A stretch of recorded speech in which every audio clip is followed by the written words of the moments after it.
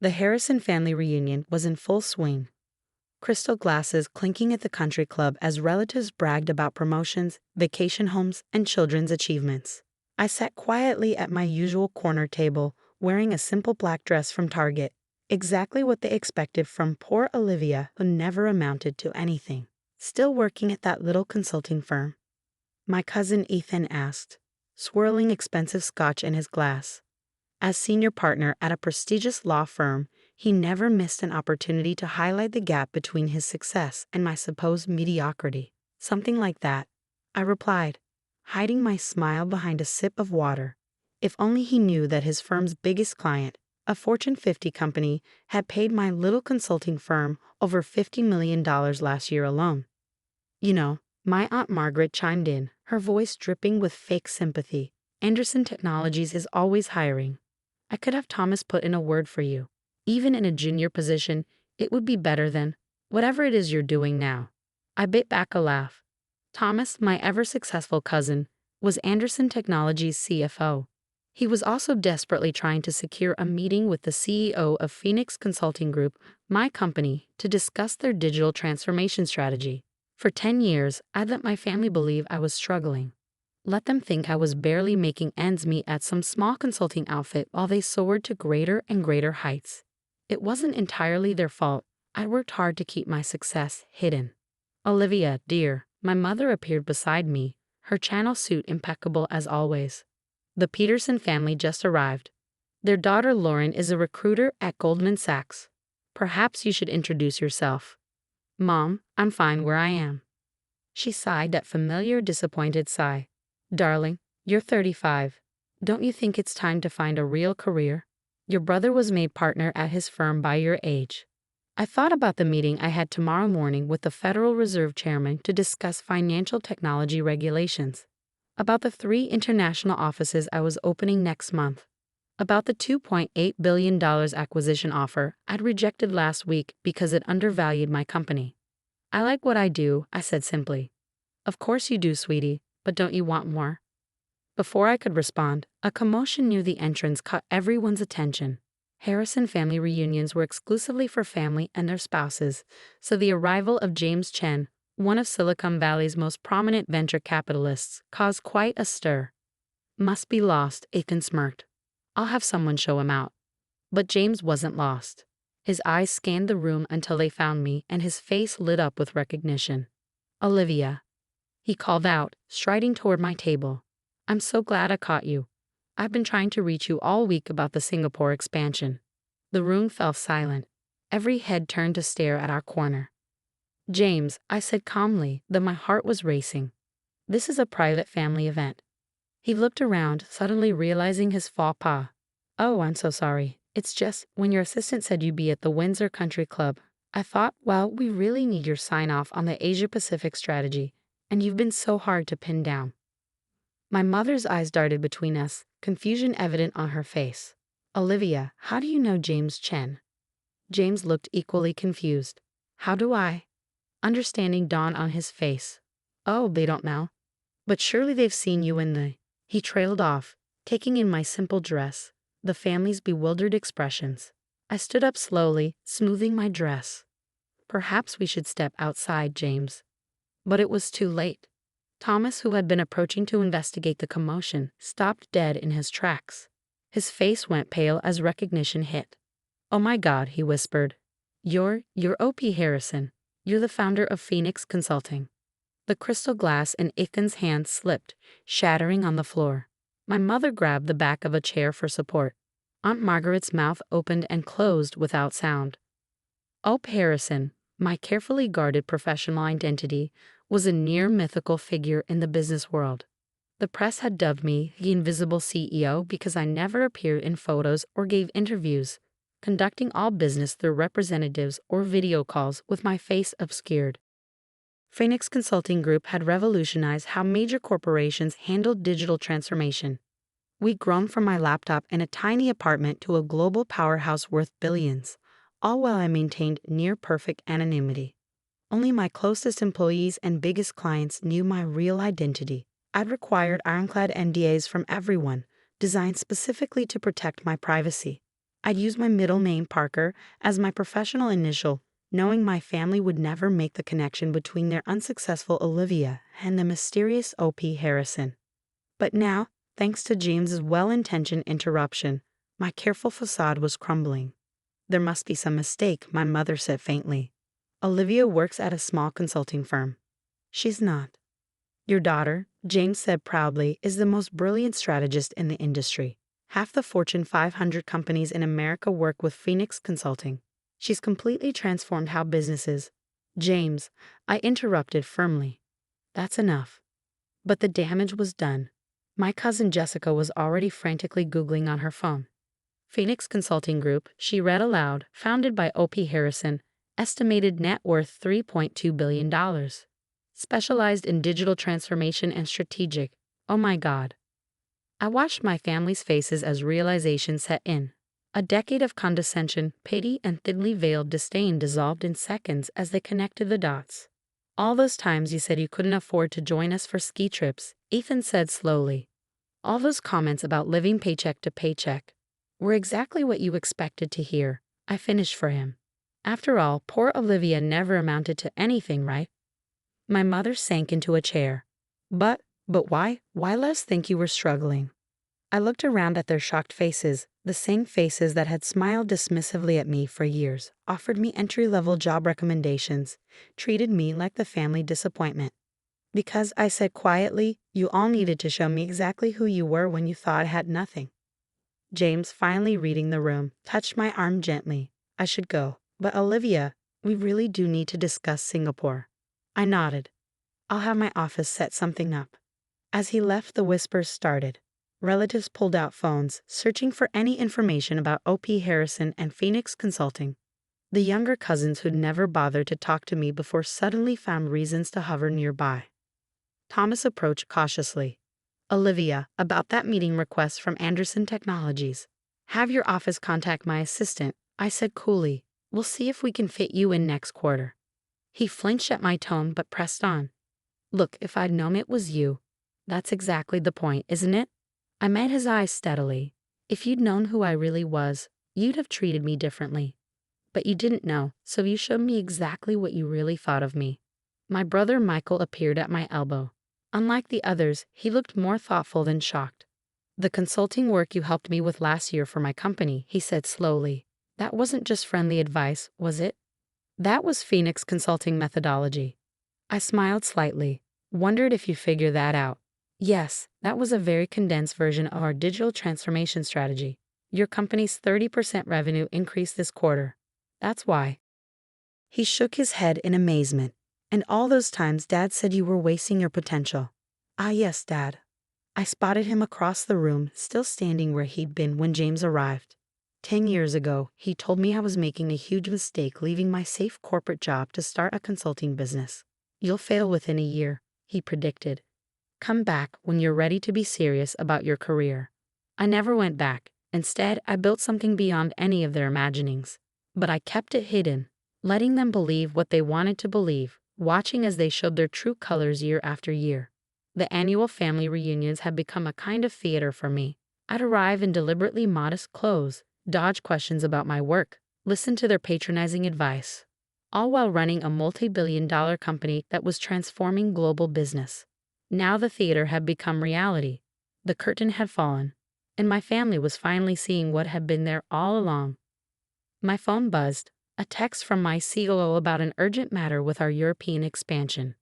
The real world was calling, reminding me that I had more important things to deal with than my family's shocked revelations. If you'll excuse me, I said, standing up. I have a company to run.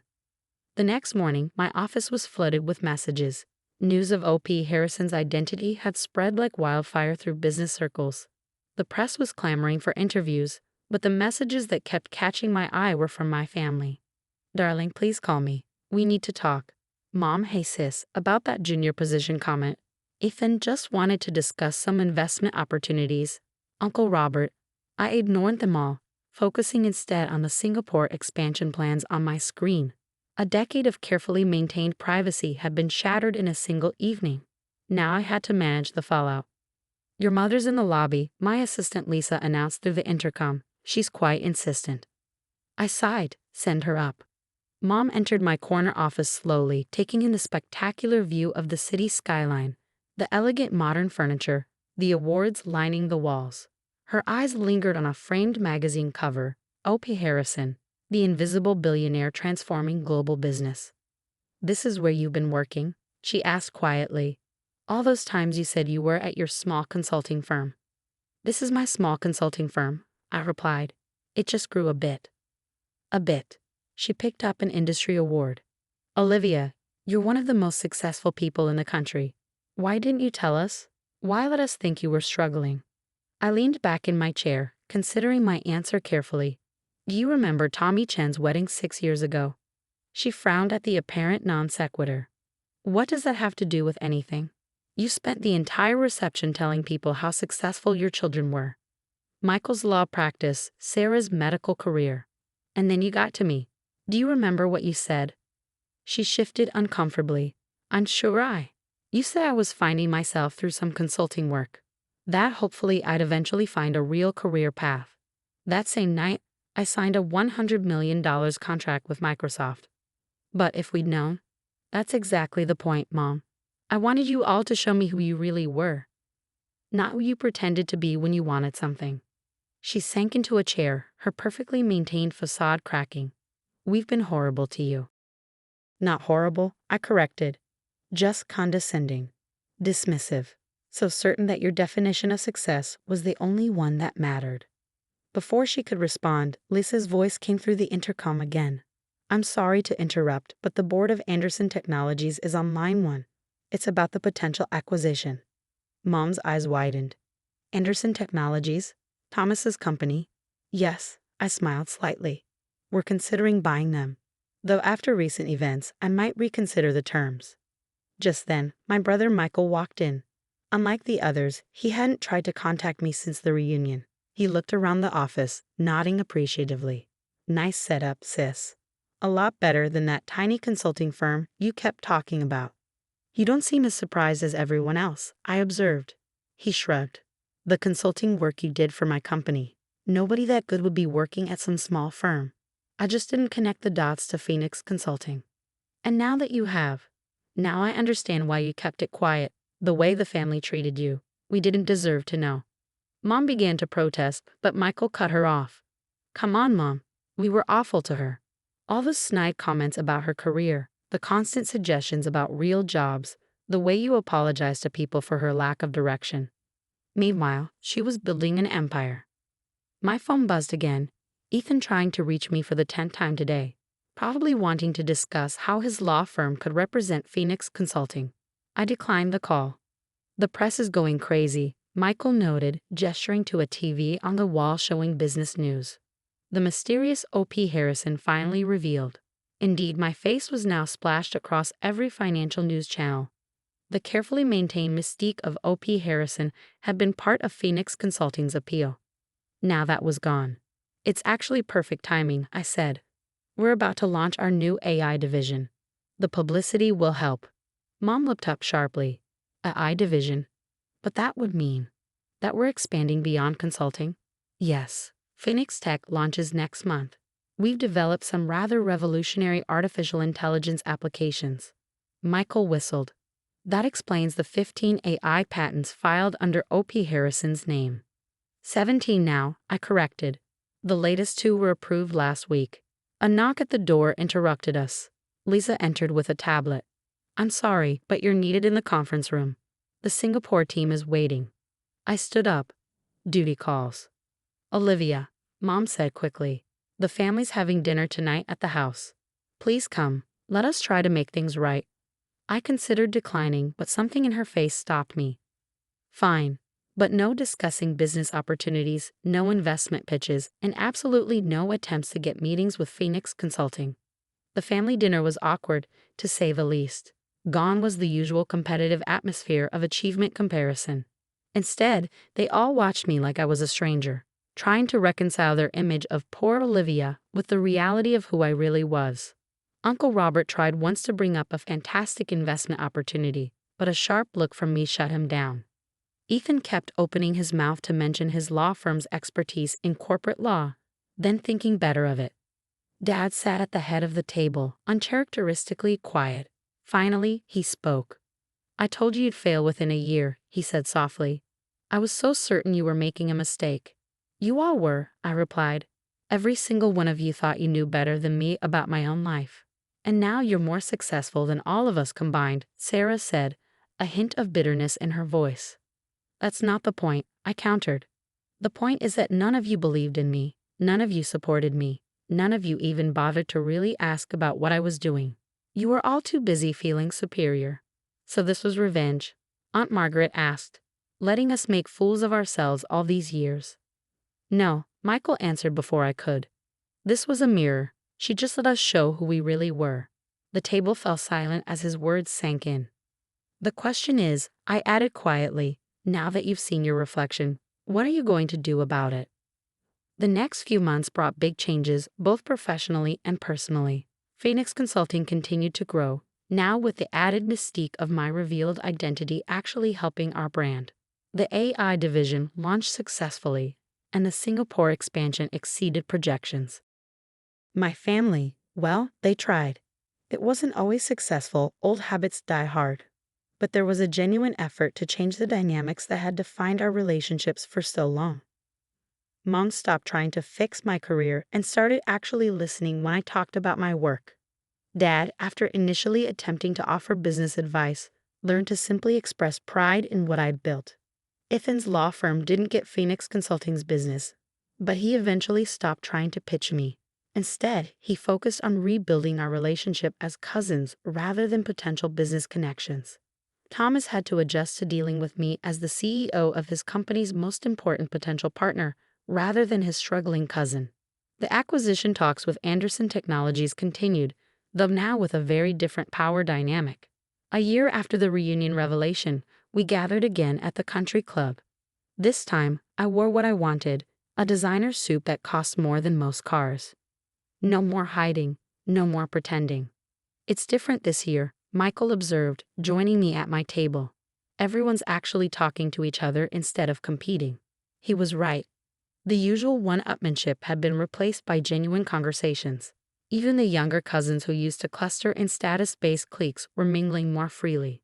"Amazing what happens when you remove the artificial hierarchy," I replied. "Was it worth it?" he asked. "Keeping the secret all those years?" I thought about it. It showed me who everyone really was, both the good and the bad. Now we can build something real on that truth. My phone buzzed. The acquisition of Anderson Technologies was complete. Phoenix Consulting was now their parent company, making me effectively Thomas's boss. But instead of feeling triumphant, I felt something else. Hope. Hope that my family had learned something valuable. Hope that we could build better relationships on the foundation of truth rather than pretense. Hope that success didn't have to mean losing yourself to others' expectations. "Ms. Harrison." Lisa appeared at my elbow. "I'm sorry to interrupt, but the governor is on the line about the state's digital transformation project." I stood up, smoothing my suit. "Back to work." "Still running off to your little consulting firm?" Michael teased. I smiled. "Something like that." As I left the reunion, I heard snippets of conversation that would have been unimaginable a year ago. Cousins discussing failed ventures and lessons learned instead of just successes. Aunts and uncles asking questions about each other's lives rather than just broadcasting achievements. The family dynamics weren't perfect, but they were more authentic. Sometimes the biggest success isn't measured in dollars or achievements, but in the truth that sets everyone free. And sometimes the best revenge isn't proving others wrong about you. It's letting them prove themselves wrong all on their own.